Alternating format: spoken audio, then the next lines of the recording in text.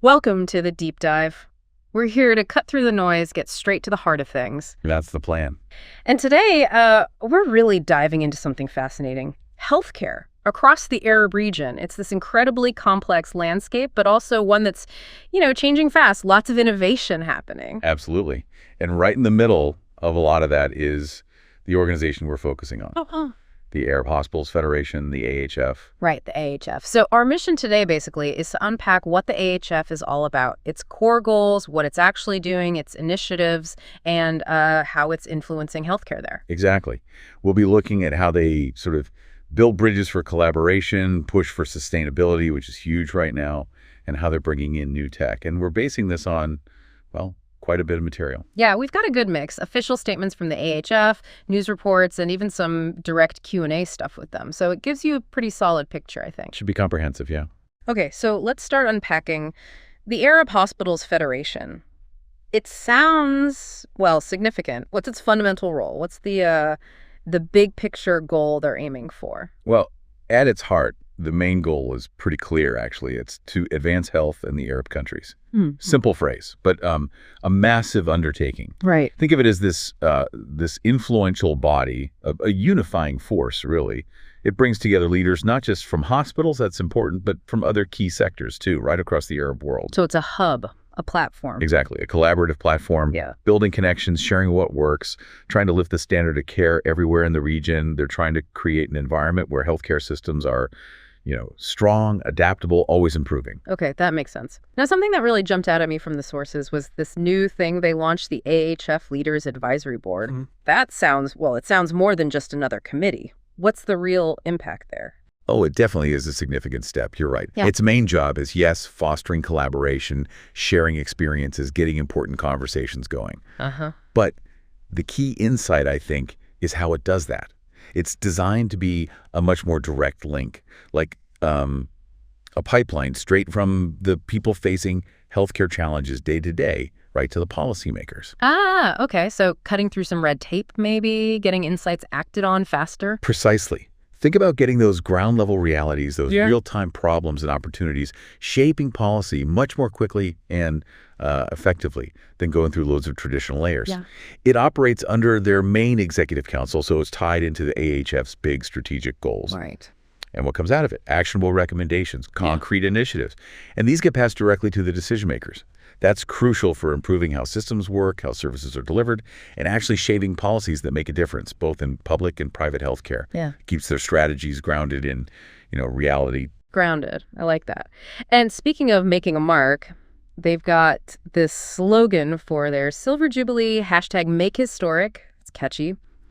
But beyond celebrating 25 years, does it signal something more, like a new strategic push or maybe doubling down on innovation? Yeah, I think it does. #MakeHistoric really sums up their 25 years. Sure, it's a celebration. Yeah.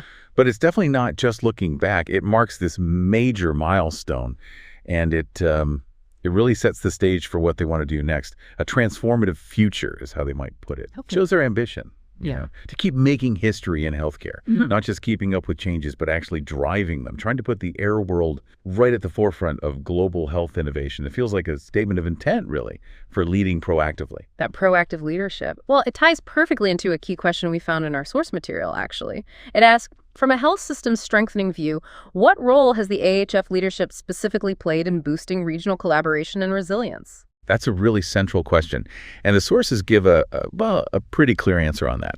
The leadership, particularly under MP Fadi Alameh as president, has been absolutely crucial, indispensable even. How so? What have they actually done? Well, they've leveraged a strong vision, obviously, but also built really strategic partnerships, both within the region and internationally. For example, they've actively worked on harmonizing accreditation standards between member states. Which is huge for consistent quality, right? Exactly. It's a vital step for making sure you have consistent quality and safety, especially when you've got such diverse systems.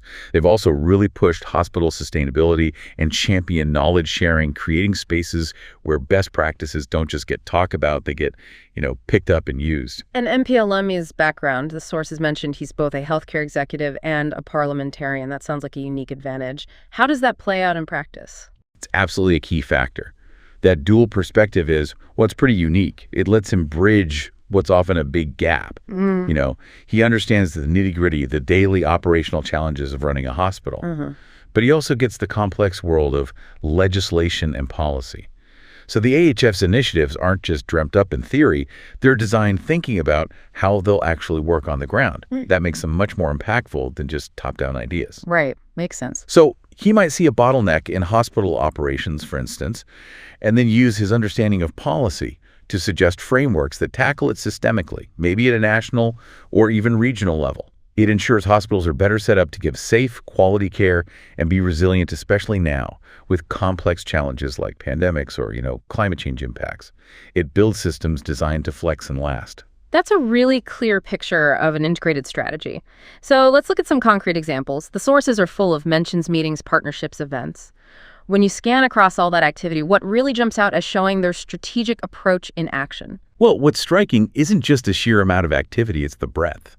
Strategically, they seem to be building alliances everywhere, on multiple levels. It's like a multi-layered network. Okay. So you see high-level meetings, like with Dr. Ahmed Taha, he's the chairman of GIARC, the big accreditation body in Egypt. They're talking unified cooperation, aligning standards there. Then you see visits to places like Bahrain, meeting top leaders like H.E. Sheikh Mohammed Abdullah Al Khalifa and Dr. Mariam Al-Jalama. That's direct government-level engagement. So it's not just internal chat within the region, it's critical international links too. That must really amplify what they can do. Oh, absolutely. The international side is crucial. They just signed an agreement to join the MedH Scientific Board. That's a big deal for digital health collaboration across the Mediterranean. MedH, right. And they're not just joining. They're actively backing the launch of the Medid International Foundation by 2025. That aims to really drive digital health innovation in that whole area. And speaking of global reach, they're getting very close to officially signing an MOU, a Memorandum of Understanding with the WHO Regional Office for the Eastern Mediterranean, EMRO. Wow, an MOU with WHMRO. That's significant. It's a huge milestone. It really aligns their regional efforts with global health priorities and brings in that WHO expertise. It opens doors for much deeper collaboration in the future. Okay, so high-level government talks, major international bodies. What about partnerships for big events or specific initiatives? Yeah, they're very active there too. They've renewed their partnership with the Egyptian Authority for Unified Procurement, UPA, for Africa Health ExCon. That's the 4th year running. It shows a real commitment to boosting healthcare across Africa, using smart procurement and showcasing innovation. They also signed an MOU with the Arab African Council for Awareness, the AACA. That's focused specifically on health awareness and sustainable healthcare development, so linking into public health education. And another interesting one, partnering with Pure Health on the Gold Initiative Certificate, the Star of Excellence in Patient Experience. That directly promotes and recognizes top-quality patient care. These aren't just logos on a page. They're active collaborations aiming for real improvements. And it seems their leaders are quite visible on the global stage, too, putting the Arab world forward as a thought leader. Very much so. The CEO, Alice Yamin Bouez, gave a really high-profile keynote in Turin, Italy. It was called Beyond Borders, the Arab Vision for the Hospital of Tomorrow. Catchy title. Yeah, and she specifically highlighted leadership from the Arab world in safe, smart, and sustainable healthcare. She used concrete examples like AI being used in Saudi Arabia for care and climate-smart hospitals being built in the UAE. So showcasing actual progress. Exactly. They were also very present at major events like Abu Dhabi Global Health Week 2025, networking with leaders, ministers from around the world. The CEO spoke at the Smart Hospital Conference during Arab Health 2025, which was the 50th anniversary, a big one, and they had key talks with HIMSS, the big health IT organization. HIMSS, right? And they were key in launching the Minima Health 2025 Congress in Bahrain. That's going to focus heavily on digital transformation, tech, and AI in healthcare through something called AHDHCHAF Bahrain 2025, the Arab Healthcare Digital and AI Forum. Okay, so AI and digital transformation, that seems like a really consistent thread running through everything, looking ahead. Definitely. It's a clear priority. Dr. Yusuf Basim, who heads up their digital health transformation and AI division, he's been very active. He made some important points in a panel discussion about keeping things patient-centric, even with tech, and focusing on data privacy, cybersecurity, and smart hospitals. You know, the human side of the tech. Crucial point. Yeah, and he also ran a workshop on actually using AI in healthcare at the AI Everything Global event. So practical applications too. It all points to a very clear, joined-up, future-focused strategy. That is. Well, it's an impressive range of activities. Clearly, the AHF is involved in so many critical areas. And speaking of critical, beyond collaboration, another massive global issue right now is sustainability. That brings us neatly to our second key question from the sources. How is the Arab Hospitals Federation really pushing sustainability in healthcare, and what role does this new Arab Healthcare Sustainability Center play? Right, sustainability. This is definitely an area where the AHF is making a very tangible difference, I'd say. One of their flagship initiatives here is the Arab Healthcare Sustainability Center. Okay. It was set up specifically to try and embed this culture of sustainability and also hospital resilience right across the Arab region, which is obviously vital given, environmental pressures in the region. And who's leading that? It's chaired by Dr. Bassem Kadisi. He's an accomplished architect, and his specialty is actually healthcare facility design and sustainability. Ah, so he brings a very practical, design-focused viewpoint. That seems like a unique strength. Can you give maybe a quick example of how design could make a hospital greener or even help patients? Exactly. Dr. Kadisi brings this really unique blend of architectural innovation and practical strategy. It's about rethinking how hospitals function for both people and the planet. So, for instance, his work might focus on designing hospitals to maximize natural light and ventilation. That doesn't just cut energy costs for lighting and air conditioning, which is huge in that climate. But studies show it actually improves patient recovery times and makes staff feel better, too. Yeah. Or think about designing really smart waste management systems right into the building, allowing for easier recycling, maybe even composting on-site. That drastically cuts a hospital's environmental footprint. Right, practical impacts. Yeah.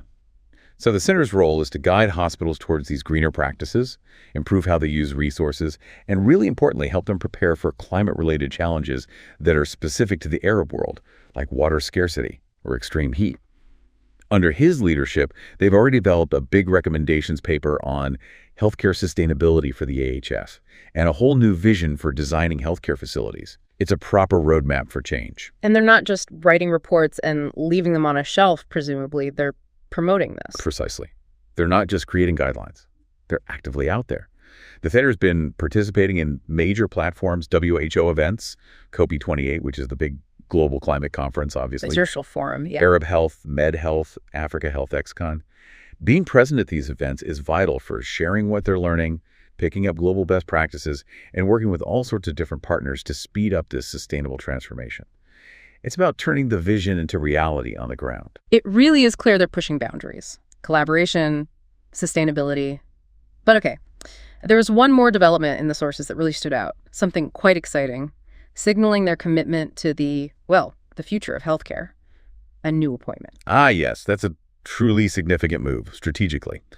The AHF has brought on Brian DeFrancesca. He's now an executive council member and also a special envoy, specifically for AI and synthetic workforce development. Synthetic workforce development, okay. It's described as a genuine architect of healthcare's future. He's been pioneering this concept of the synthetic workforce, basically merging advanced systems engineering with AI, automation, robotics, all aimed at creating more efficient but still human-focused ways of delivering care. Right, synthetic workforce. It does sound a bit sci-fi. Can you maybe give a quick, tangible example, like what might a patient actually experience differently, or how might a nurse's day change with this kind of tech involved? Yeah, it sounds futuristic, but the applications are becoming very real. Imagine, say, AI handling a lot of the routine admin scheduling, managing patient records, maybe even doing initial symptom checks online before an appointment. That frees up the human nurses and doctors to focus on the complex stuff, the direct patient interaction, the empathy, the human touch. Okay, I can see that. Takes away some of the admin burden. Exactly. Yeah. Or maybe robotic assistants handling things like delivering supplies around the hospital or sanitizing rooms between patients. Again, freeing up human staff for clinical tasks. Brian has a track record here, award-winning in digital workforce programs, telehealth innovations that have really changed how care is delivered, but always trying to keep that human-centered intelligence at the core.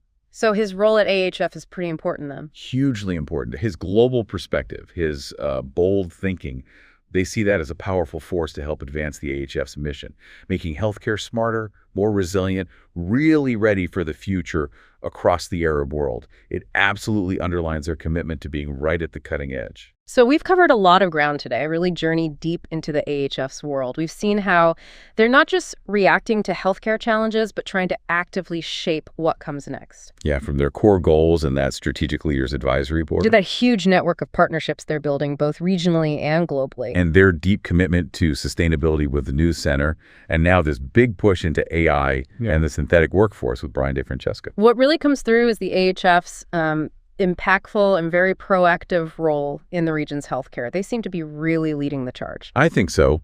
Fostering this forward-thinking, resilient, and really collaborative healthcare ecosystem. Their focus on harmonizing standards, driving sustainability, bringing in advanced tech like AI. It paints a picture of an organization genuinely invested in the future of health, trying to build systems that are effective but also adaptable. It really makes you think, doesn't it, how organizations like the AHF, through this kind of strategic collaboration and really embracing innovation, aren't just adapting to healthcare's future, they're actively trying to design it. It leaves you wondering, what will that hospital of tomorrow truly look like when these visions become reality? A fascinating question. Definitely something to ponder, and certainly worth keeping a close eye on.